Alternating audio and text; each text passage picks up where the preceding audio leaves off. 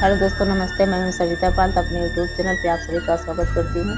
आज हम आप लोग के सामने मैं एक पारंपरिक गीत लेकर आई हूं। अगर अच्छा लगे प्यार दुलार आशीर्वाद जरूर दीजिए और गाना कैसे कमेंट बॉक्स में जरूर बताएं। उड़ गईले सुगना पिजड़वा कौने काम के, उड़ गईले सुगना पिजड़वा कौने काम के, पिजड़वा कौने काम के, पिजड़वा कौने काम के, उड़ गईले सुगना पिजड़वा कौने काम के।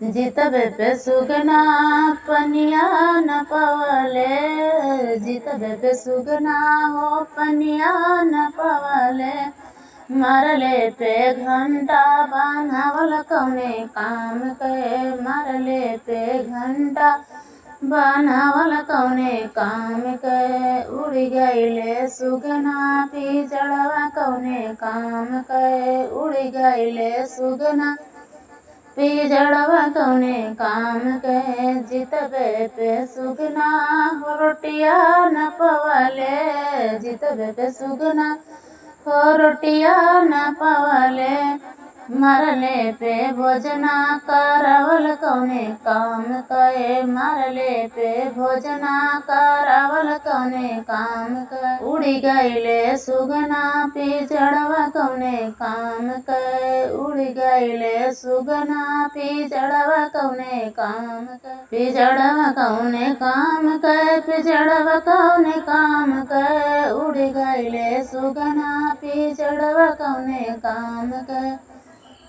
जितबे पे सुगना हो कपड़ा न पवले, जितबे पे सुगना हो कपड़ा न पवले, मरले पे कफन ओढ़ावल कौने काम के, मरले पे कफन ओढ़ावल कौने काम के। उड़ गईले सुगना पिजड़वा कौने काम के, उड़ गईले सुगना पिजड़वा कौने काम के। जितबे पे सुगना से बोलियो न बोलई, जितबे पे सुगना से मुहवो न बोलई, मरले पे हंसुआ बहावल कौने काम के, मरले पे हंसुआ बहावल कौने काम के। उड़ गईले सुगना पिजड़वा कौने काम के, उड़ गईले सुगना पिजड़वा कौने काम के।